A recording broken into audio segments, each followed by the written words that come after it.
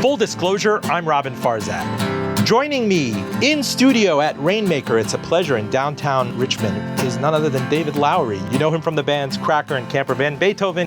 Where were you when you first saw the disruption that was about to hit the music industry?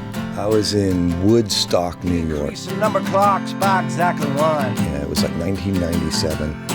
Me and the bass player Bob. Everybody's coming home. Hey, I wanted to show you something. Go check your email. And he'd sent me this file. And this track we had a rough mix of.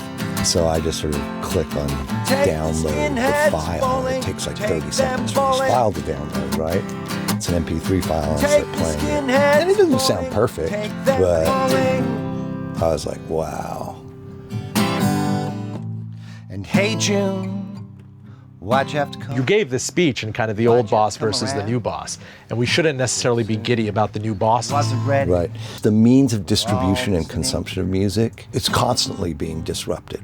It used to be that there was some gatekeeper on some level that you had to go through to distribute your music to your fans. We don't have that anymore. And that's opened up like so much creatively.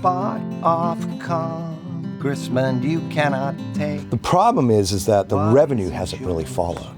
If only the Apples and the Googles can survive in the music streaming business, and the standalone platforms like Spotify, Rhapsody, and Tidal can't survive, that's just bad for artists.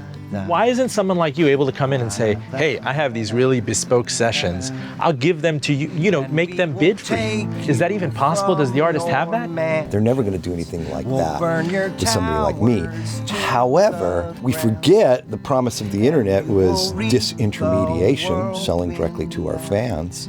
We can still do that, and that's exactly what I did with my last recording. I wanted to do an autobiographical project. I thought about it. I go, you know what I'm going to do is I'm not actually going to put it on the streaming services. And so I just sold this directly through our website. And by selling 1,000 copies at $25, I would have had to get 7 million on Spotify or about 4 million on Apple to make that much money, right? Doesn't mean I can't later put it on the streaming services and make it widely available to everybody else. But to me, this was a no-brainer.